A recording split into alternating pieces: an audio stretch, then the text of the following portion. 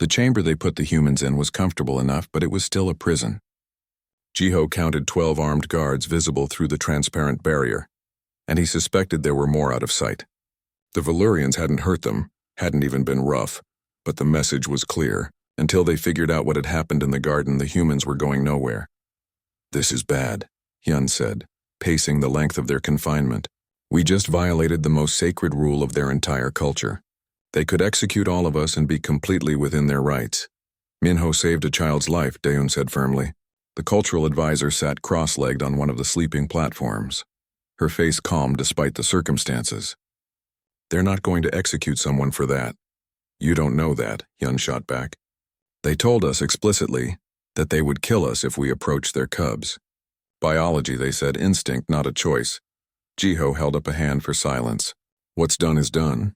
The question now is what happens next. Yoonji, did you get any useful data before they separated us?" The xenobiologist pulled out her scanner, which the Valurians had surprisingly allowed her to keep. "Yes, and it's fascinating. Humans don't trigger the Valurian threat response the way other species do. Their cubs emit a complex pheromone cocktail that marks them as vulnerable and precious to adult Valurians. Most alien species either can't detect these pheromones or they trigger automatic avoidance responses. But not humans?" Jiho asked. "Not humans," Yoonji confirmed. "We can smell them, but our brains interpret them as, well, baby smell. That universal mammalian scent that makes you want to protect something small and helpless. And we're producing our own chemical signals, oxytocin and other bonding hormones that the cubs seem to find calming. So we're chemically compatible with their children," Daeun said slowly. "That's incredible. And terrifying." A door opened on the far side of the chamber. Ambassador Thalren entered, alone and unarmed. He looked exhausted, his fur slightly ruffled, his movements less fluid than before. "Where is Minho?" Jiho asked immediately. "Safe," Thalren said. "Separated from your group because we cannot separate him from the cub. Every time we try, Lyra becomes distressed, and when she cries, every adult Valurian within earshot wants to kill whoever is upsetting her." "Even though Minho is the one comforting her?" Hyunji asked. "Especially because Minho is the one comforting her," Thalren said. He sat heavily on a bench, a very human gesture of weariness. "This has never happened before. In all our recorded history, no other species has been able to interact with our cubs without triggering our protective rage. We don't know what to do." Jiho moved to sit across from the ambassador, keeping the transparent barrier between them but making his posture open and non-threatening. "May I ask what you're afraid of?" "The worst has already happened." "Your cubs aren't afraid of us. They seem to like us, actually." "That," Thalren said, "is exactly what terrifies me. Our entire society is built around the protection of our young. It has made us strong but also isolated. We can barely tolerate our own extended family members around our cubs. The idea that an alien species could just walk up and interact with them freely, it undermines everything we are. Or it opens up new possibilities." Daeun said softly. "May I speak freely, Ambassador?" Thalren gestured for her to continue.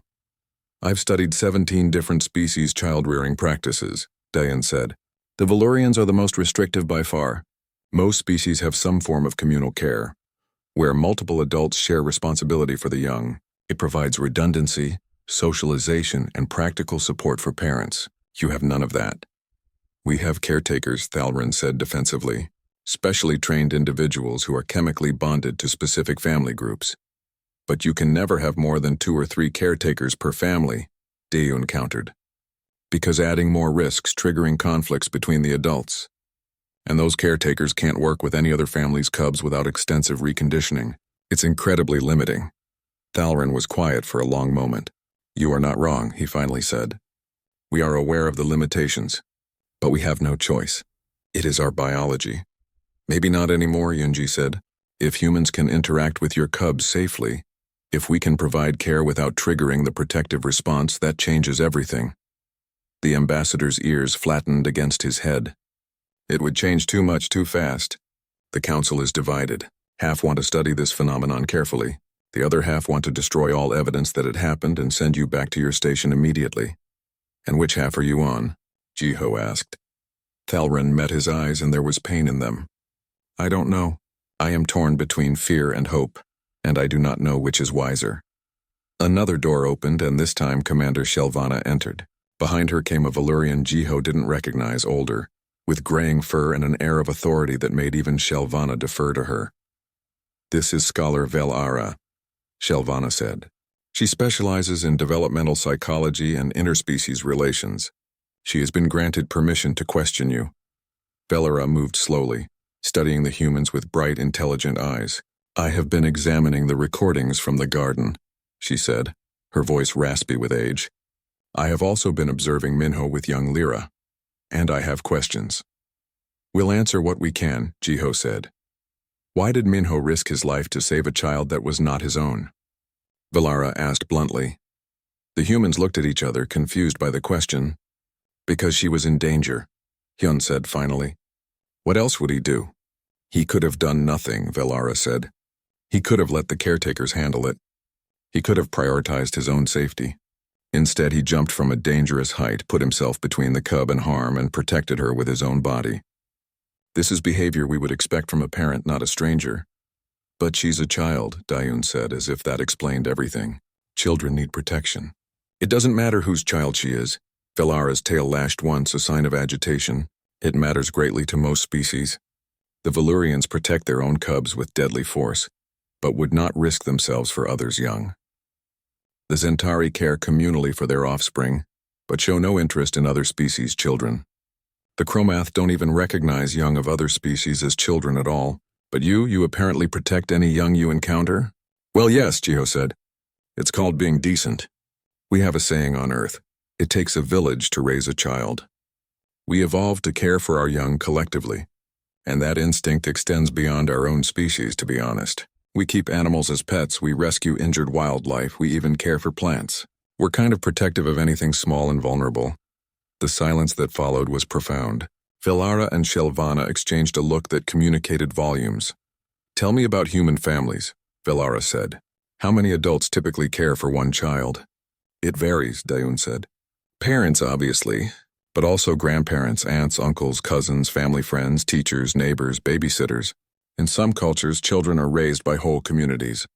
A child might be cared for by dozens of adults throughout their development. And none of these adults feel aggressive toward each other over the child?"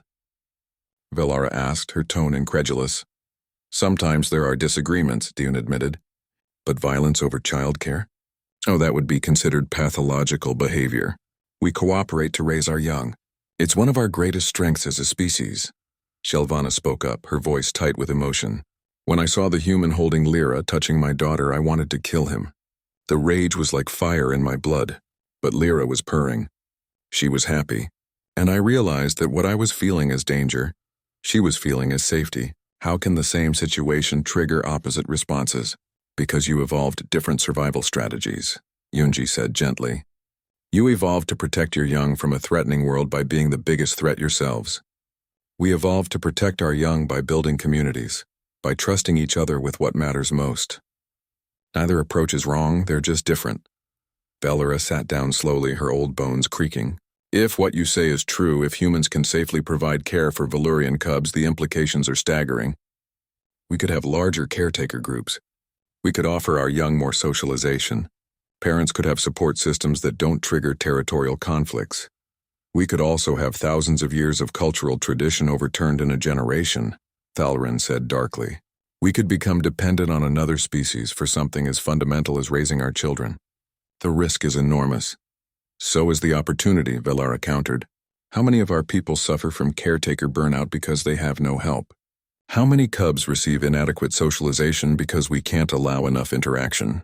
How many families struggle in isolation because accepting help triggers violence?" The discussion was interrupted by an alarm. Shelvana's communicator chimed urgently.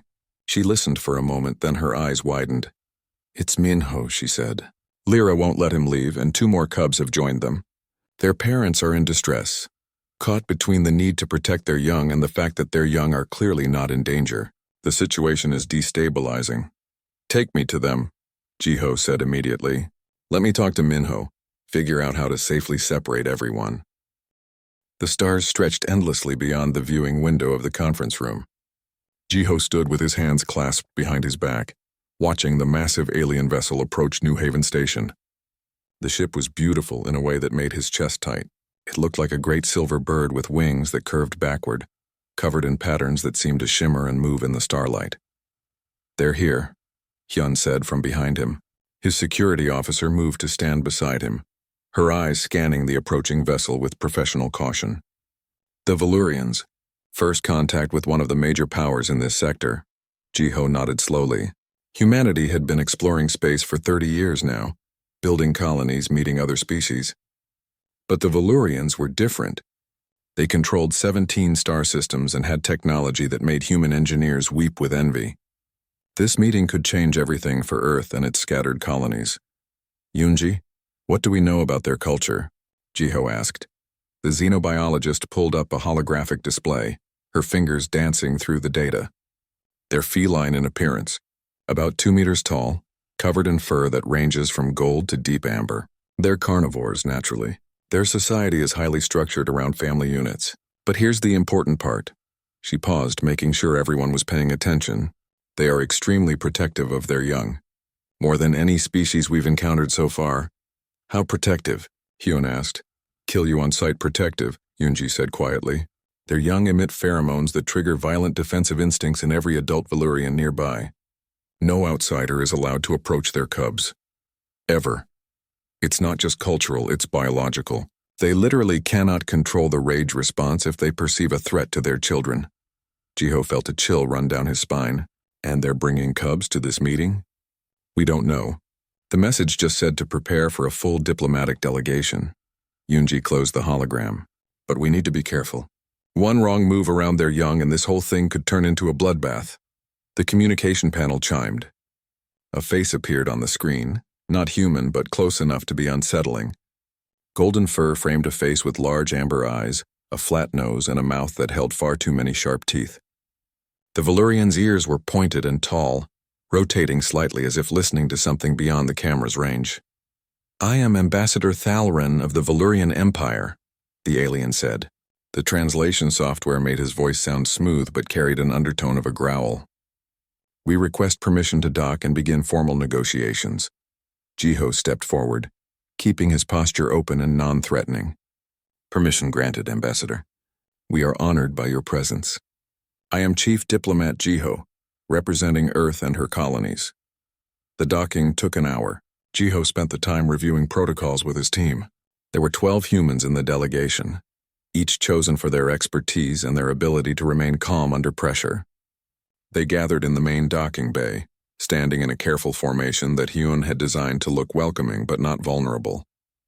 The airlock hissed open. The first thing Ji-ho noticed was the smell, something like warm sand and spices he couldn't name. Then the Valurians emerged and he had to remind himself to breathe normally. They were magnificent, tall and powerfully built, moving with a grace that seemed impossible for creatures so large. Their fur caught the station lights and seemed to glow. Ambassador Thalren led the group, wearing something that might have been formal robes in deep purple. Behind him came 6 other Valurians, all watching the humans with eyes that missed nothing. "Chief Diplomat Ji-ho," Thalren said, stopping at a respectful distance. "We come in peace and with hope for profitable relations between our peoples." They exchanged formal greetings, the kind of careful diplomatic language that said everything and nothing. But Ji-ho noticed something odd. Every few seconds, one of the Valurians would glance back toward their ship. Their ears would swivel, as if listening for something specific. Their hands, tipped with retractable claws, would flex slightly. After 20 minutes of pleasantries, Thalren's expression grew serious. "Before we proceed further, there are matters of critical importance we must discuss. Cultural protocols that cannot be violated under any circumstances." "Of course," Ji-ho said. "We want to respect your customs." "This goes beyond respect," Thalren said, and for the first time Ji-ho heard real tension in his voice. "This is about survival. Yours and ours." He gestured and one of his delegation stepped forward with a holographic projector. "We have brought our families to this station. It is our way to keep our young close, to protect them always. But you must understand what this means." The hologram showed a small Valurian, perhaps a quarter the size of an adult, with oversized eyes and softer features. It was, Ji-ho realized, adorable in a way that transcended species. "Our cubs," Thalren continued, "are sacred. They are precious beyond measure. And they are defended by every adult of our species. with instincts older than civilization. You must never, under any circumstances, approach a Valurian cub. You must not touch them. You must not speak to them directly. You must not even hold eye contact for more than a moment. We understand, Jiho said carefully. We will respect these boundaries. I do not think you do understand, another Valurian said, stepping forward. She was slightly smaller than Thalrin, but somehow more intimidating. If you approach our young, we will kill you. It will not be a choice. Our bodies will react before our minds can stop them. The pheromones our cubs emit trigger a response we cannot control. We will tear you apart, and we will not be able to stop ourselves until you are dead. The silence in the docking bay was absolute. Jiho saw his team members shifting uncomfortably, their faces pale. I am Commander Shelvana, the female Valurian continued. I have 3 cubs aboard our vessel. If any of you come within 10 meters of them, I will kill you. I tell you this not as a threat but as a fact. It is not personal. It is biology. Yunji raised her hand slowly. May I ask a question? Thalrin nodded. Has any other species successfully established relations with the Valurians while your young were present? No, Thalrin said simply. Most species find our protective requirements too extreme. They meet with us in neutral space without families present. But we wish to build something more with humanity. True alliance requires trust, and trust requires showing you who we really are, including our greatest vulnerability and our greatest strength, which are the same thing, our children. Jiho felt the weight of the moment settling on his shoulders. This wasn't just about trade agreements or territorial negotiations. The Valurians were offering something profound, a glimpse into the heart of their culture. But they were also laying out the rules for survival in the starkest possible terms. We accept your terms, Jiho said. We will maintain the boundaries you've set. We will keep our distance from your young, and we are honored that you trust us enough to bring your families into our presence. Thalrin's ears relaxed slightly, a sign Jiho was learning to read as approval. Then let us begin. We invite you to tour our vessel, to see our technology, our culture, and perhaps from a safe distance to understand why we are the way we are.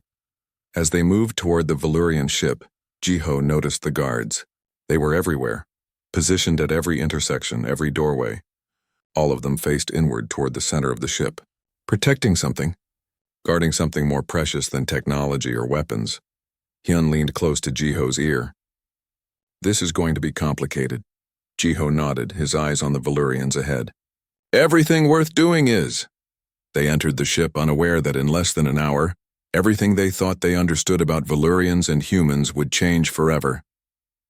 Or, Velara said slowly, we could stop trying to separate them and instead observe what happens. The room they gave Minho was large and comfortable, designed for a Valurian family unit. It had sleeping platforms, play areas, and large windows showing the stars beyond. It would have been peaceful if not for the 3 cubs currently using him as a climbing structure. Lyra sat on his shoulders, her small paws tangled in his hair. The spotted female, whose name was Kessa, had claimed his lap and was purring so loudly that Minho could feel the vibration in his bones. The darker male cub, Torin, was showing Minho his collection of shiny stones, very seriously explaining the value of each one. This one, Torin said, holding up a piece of polished blue crystal, is from the moon of our home world. Very rare, very precious. You can hold it, but be careful. Minho took the crystal with appropriate reverence. It's beautiful. Thank you for showing me. Torin's ears perked up with pride. He hadn't expected the alien to appreciate his treasures. The door opened and Jiho entered, followed by Scholar Velara and 2 other humans, Jiwan and Seok. Minho tried to stand, remembered he was covered in cubs, and settled for a nod of greeting. You seem to be adapting well, Jiho said, and there was humor in his voice. I've had practice, Minho replied. My sister has 3 kids. I'm the favorite uncle. Velara observed the scene with her scanner active, recording everything. The cubs show no signs of stress or fear. In fact, their hormone levels indicate contentment and security. This is remarkable. The council has made a decision, Jiho said.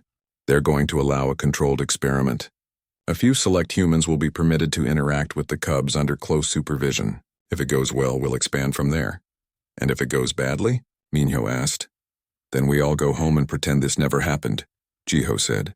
But I don't think it's going to go badly. Jiwan, the medic, approached slowly. She was small for a human, barely over 5 feet tall, with a gentle face and calm demeanor. The cubs watched her with interest but no fear. "May I?" she asked Minho, gesturing to Kessa. "You can try, but she's pretty attached to this spot." Jiwan knelt down and held out her hand. Kessa sniffed it, her small nose twitching. Then, to everyone's surprise, she climbed off Minho's lap and into Jiwan's arms. "Oh," Jiwan whispered, cradling the cub carefully. "Hello there, little one." Kessa purred and nestled against Jiwan's chest. The medic looked up with tears in her eyes. "She's so warm, and she smells like sunshine and cinnamon." "That's the pheromones," Velara explained. "They're designed to trigger nurturing responses. Apparently, they work very well on humans." Siok, the botanist, sat down on the floor with his long legs crossed. Torin immediately approached him, curious about this new human. "You're tall," Torin observed. "I am," Siok agreed. "You're very observant. What do you do?" Torin asked. "Are you a warrior like Commander Shelvana?" Siok smiled. "No, I work with plants. I help them grow." Torin's eyes widened. "You're a greenkeeper?" "We have those. Do you want to see our garden? We have trees that grow fruit that tastes like starlight." "I would love to see that," Siok said seriously. "Maybe you could be my guide?" Within minutes, Siok had 5 cubs around him, all eager to show him their favorite plants. He listened to each one with genuine interest, asking questions that made them think, praising their knowledge. The cubs bloomed under his attention. Over the next few hours, more humans were brought in, carefully selected for their temperament and experience with children. Each interaction was monitored, recorded, analyzed. But the result was always the same. The cubs loved the humans. By the 3rd day, a routine had developed. Minho spent his mornings with Lyra and 2 other cubs, teaching them about human technology. They were fascinated by his datapad, by the pictures he showed them of Earth and its cities. "So many humans," Lyra breathed, staring at an image of Tokyo. "All in one place. Don't they fight?" "Sometimes," Minho admitted. "But mostly we get along. We're better together than apart." "I wish we could be like that," Lyra said quietly. "But Mother says we're too protective. We can't share space the way you do." Minho stroked her soft fur, a gesture she leaned into. "Maybe you can learn. You're doing it right now, aren't you? Sharing space with me?" Lyra thought about this. "You're different. You feel safe. Like family, but not family. It's confusing." In another part of the ship, Jiwan had set up a small medical bay. She was teaching 3 cubs about basic first aid, using dolls and pretend injuries. One of the cubs, a small male named Zirin, had a scrape on his knee that he'd gotten while playing. "This might sting a little," Jiwan warned, cleaning the wound with gentle efficiency. Zirin's ears flattened, but he held still. When she was done and the bandage was applied, he looked at it with wonder. "You fixed it," he said. "You made it better." "That's what medics do," Jiwan said. "We help when people are hurt." Zirin's mother, watching from the doorway, was trembling. Her claws were extended, her instincts screaming at her to intervene. But Zirin was purring, happy, showing off his bandage to the other cubs. "How do you bear it?" the mother asked Jiwan. "Watching other people's children get hurt?" Jiwan looked up, surprised by the question. "I don't just watch, I help." "That's the point, but they're not your cubs." "Why do you care?" "Because they're cubs," Jiwan said simply. "Because they need help and I can give it." "Why wouldn't I care?" The mother had no answer. The concept was too foreign, too opposite to everything she understood about child rearing. In the garden, Seok had become the unofficial guide for cub nature walks. 7 young Valyrians followed him as he pointed out interesting plants, explained pollination, and answered their endless questions. "Why do the plants need bees?" asked a female cub named Sira. "Because they can't move around to find each other," Seok explained. "So they need help spreading pollen. The bees get food, the plants get pollination. Everyone benefits." "Like cooperation," Sira said thoughtfully. "Exactly like cooperation." "We don't cooperate much," another cub said sadly. "Mother says it's not our way." Seok knelt down to be at their level. "Maybe it could be your way. You're cooperating with me right now. You're all learning together, sharing this space, helping each other understand. That's cooperation." The cubs looked at each other, something shifting in their young minds. Ideas taking root. By the end of the first week, the results were undeniable. The cubs who interacted with humans showed improved socialization, reduced anxiety, and increased curiosity. They played more freely, explored more boldly, and even started cooperating with each other in new ways. The adult Valurians were struggling to process this. Their protective instincts still flared when humans were near their young, but the cubs' obvious happiness was harder to ignore. Some parents started to relax, their trust building slowly. Commander Shelvana spent an evening watching Minho help Lyra with her homework, a writing exercise in Valurian script. He was patient, encouraging, quick to praise effort even when the result was messy. "You're good with her," Shelvana said finally. Minho looked up, surprised. "She's easy to be good with. She's smart and curious and brave. You've done well raising her." "Alone," Shelvana said. "I've raised her alone because accepting help means risking violence. Do you know what it's like caring for a cub with no support? Never sleeping deeply because you must always be alert? Never having time for yourself because there's no one else you can trust with your precious child?" Minho heard the exhaustion in her voice, the loneliness. "I can't imagine," he said honestly. "My sister has help from everyone. Her husband, our parents, me, neighbors, friends." "No one raises a child alone on Earth. It shouldn't be that way. But you'd help me?" Shelvana asked. "Knowing that if you made one wrong move, my instincts could make me kill you? You'd still risk it? To help a kid?" "Yes, every time." Shelvana was quiet for a long moment. Then she did something unprecedented. She sat down next to Minho, close enough that he could feel the heat from her fur, and watched her daughter work on her writing, together, not alone. It was a small thing, but it was everything. Across the ship, similar scenes played out. Humans and Valurian cubs building bonds that shouldn't be possible. Adult Valurians watching, torn between ancient instincts and new possibilities. And in the council chambers, Scholar Velara prepared her report. The data was clear, the benefits obvious, but the decision that needed to be made would change Valurian society forever. "We stand at a crossroads," she told the assembled leaders.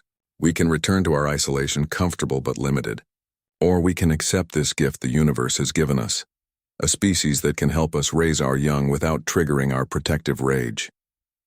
"The choice seems obvious to me." "Nothing is obvious when it comes to our cubs," Thalrin said. The risk is that we become better," Velara interrupted. "That our children grow up with more support, more socialization, more possibilities. Is that really so frightening?" The debate would continue, but in the living quarters and gardens of the ship, the answer was already being written. In the purrs of content cubs, in the tired smiles of relieved parents, in the gentle hands of humans who saw children and simply wanted to help. The universe had sent humanity to the Valurians for a reason, and that reason was currently teaching 3 cubs how to make paper airplanes, laughing as they flew their creations through the garden.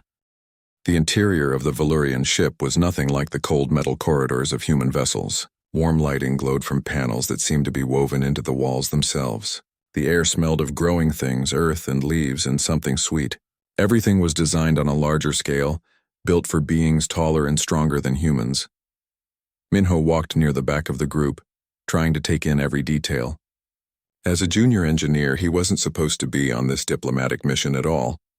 But when the station's chief engineer had fallen ill, Minho had been pulled in at the last moment. He was 23, the youngest member of the human delegation, and he was determined not to mess this up.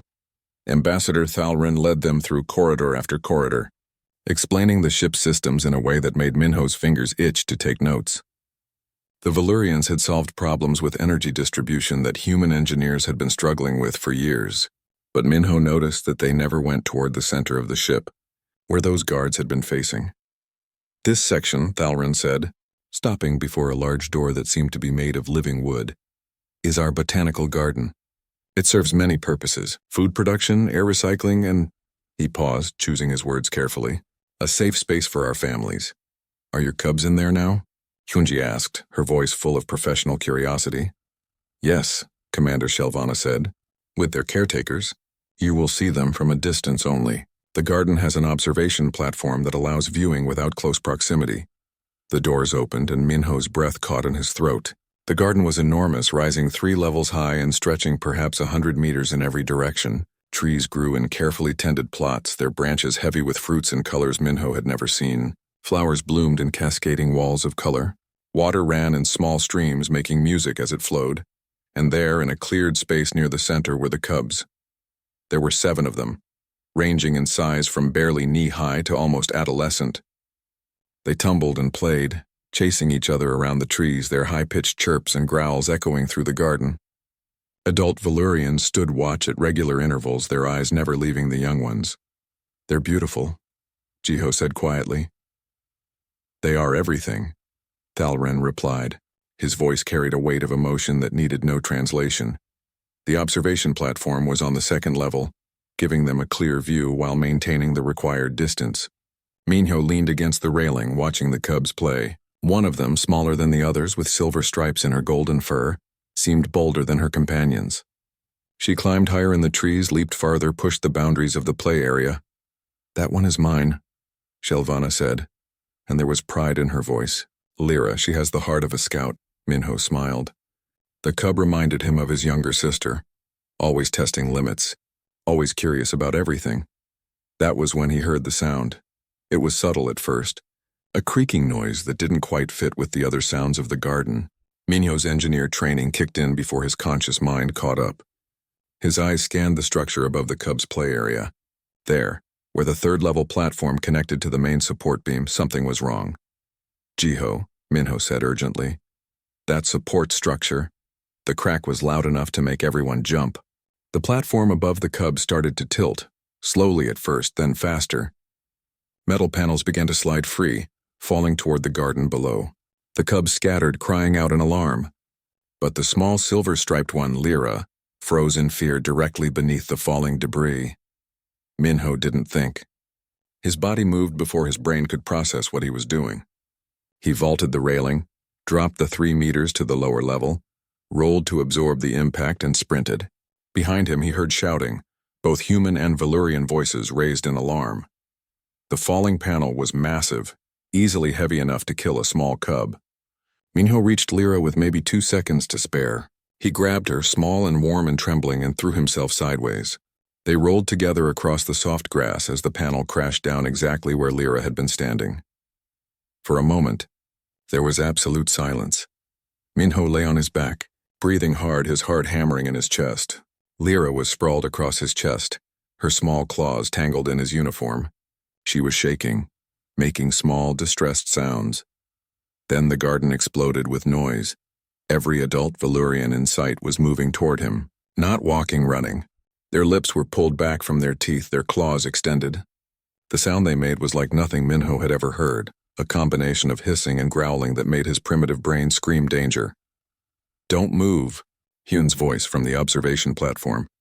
"Minho, stay absolutely still." But Lyra was crying, a high-pitched keening that hurt Minho's ears. Without thinking, he adjusted his hold on her, cradling her more securely against his chest. "Hey," he said softly, "it's okay. You're safe now." The effect was immediate and impossible. Lyra stopped crying.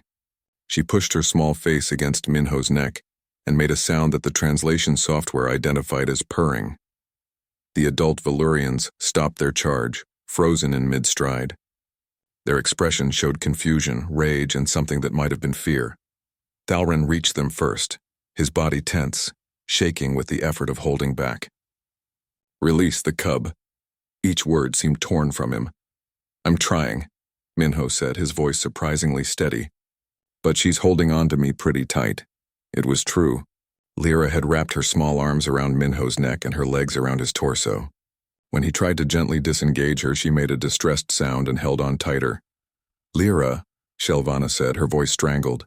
"Come to me, little one. Come away from the alien." But Lyra just purred louder and pressed closer to Minho. And then something even stranger happened. 2 other cubs, curious and apparently unafraid, approached. They sniffed at Minho, their small noses twitching.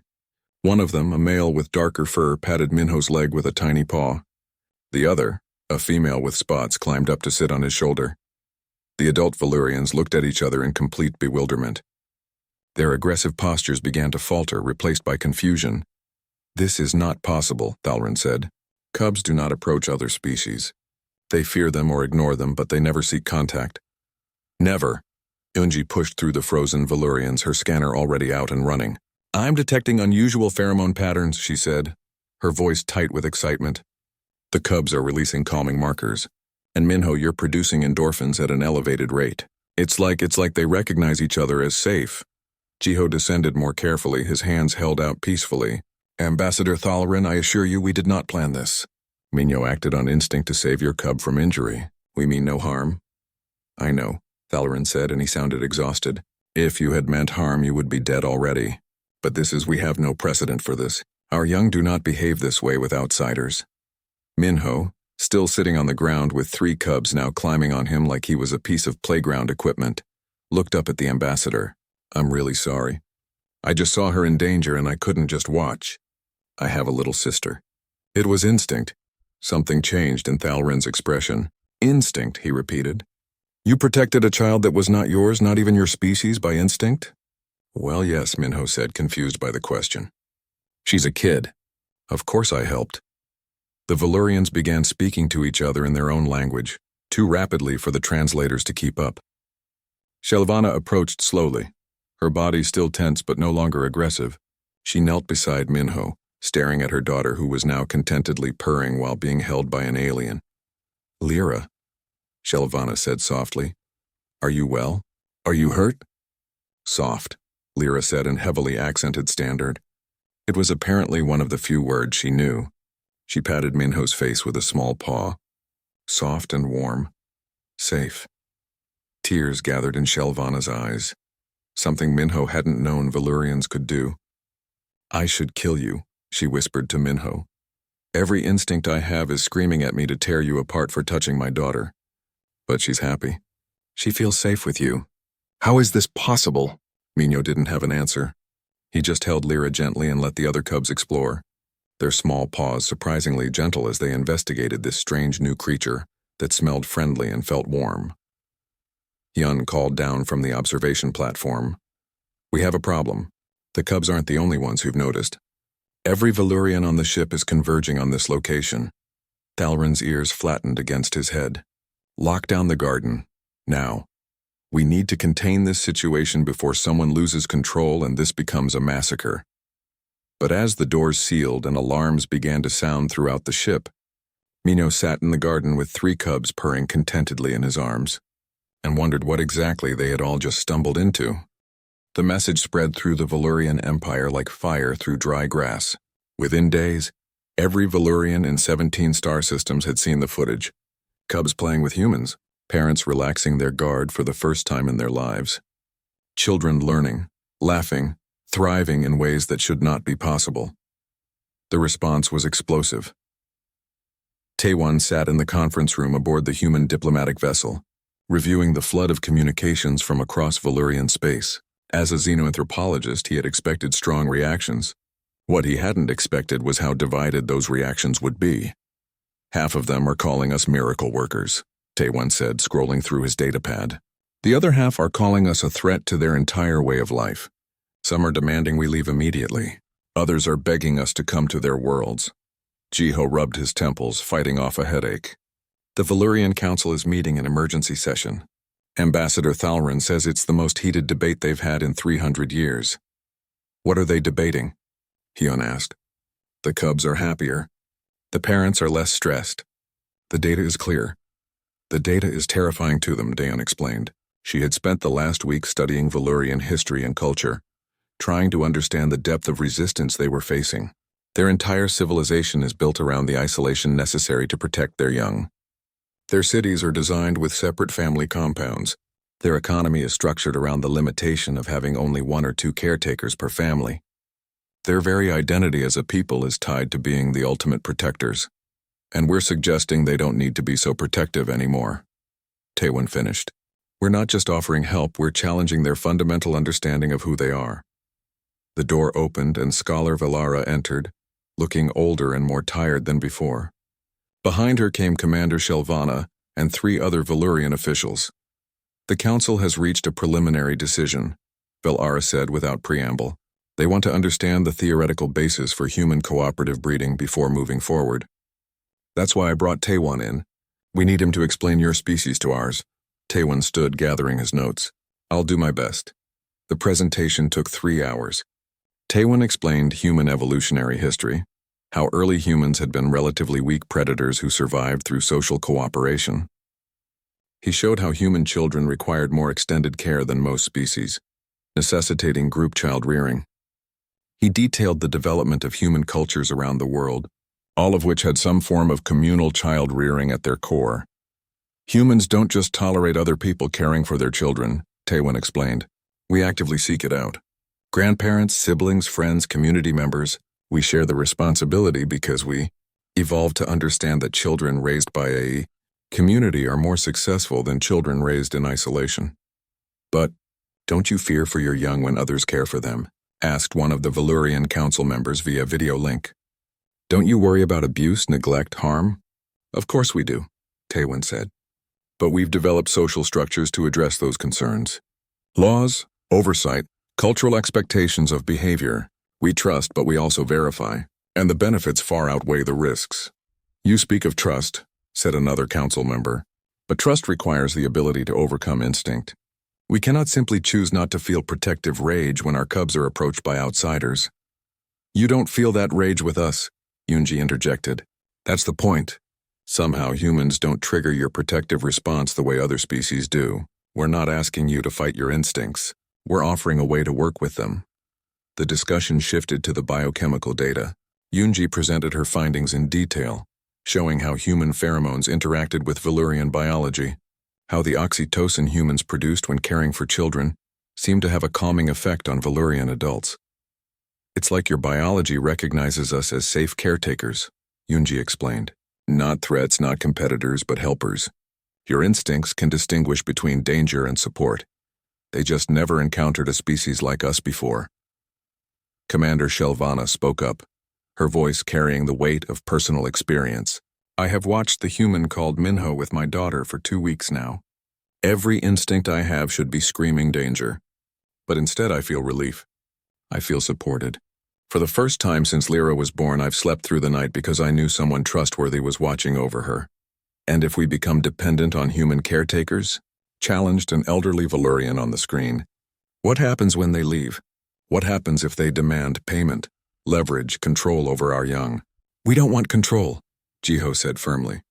We're offering partnership, not dominance. Think of it as cultural exchange. You have technology we can learn from. We have social structures that could benefit you. It's cooperation for mutual benefit. You make it sound simple, said Thalrin, who had been mostly silent during the meeting.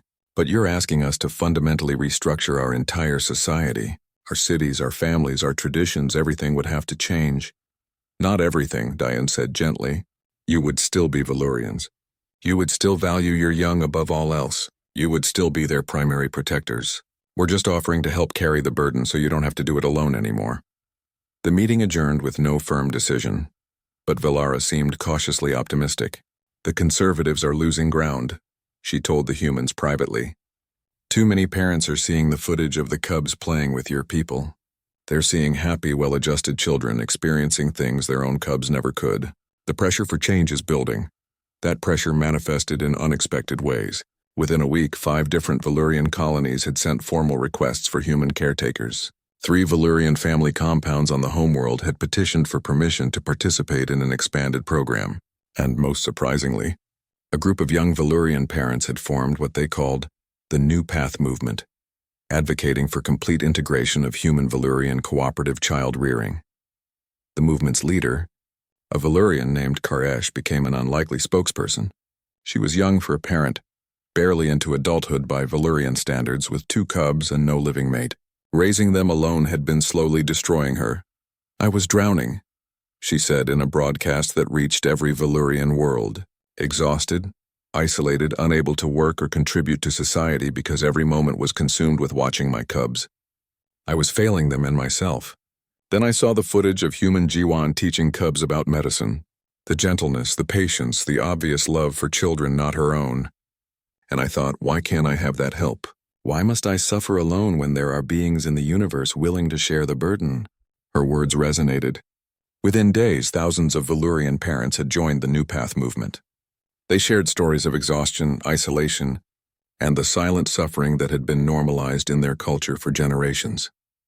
The conservative faction fought back, arguing that tradition existed for a reason, that the old ways had kept Valurian cubs safe for millennia.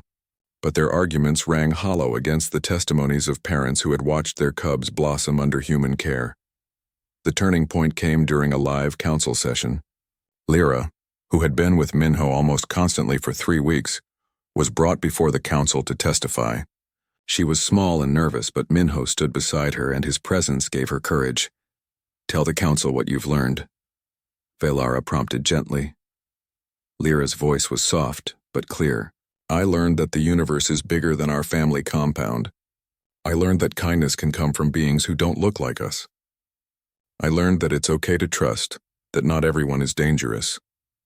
She paused, then added, "And I learned that Minho's people have a saying. It takes a village to raise a child. I think we forgot that. I think we've been trying to be the whole village by ourselves, and it's made us lonely." The chamber was silent.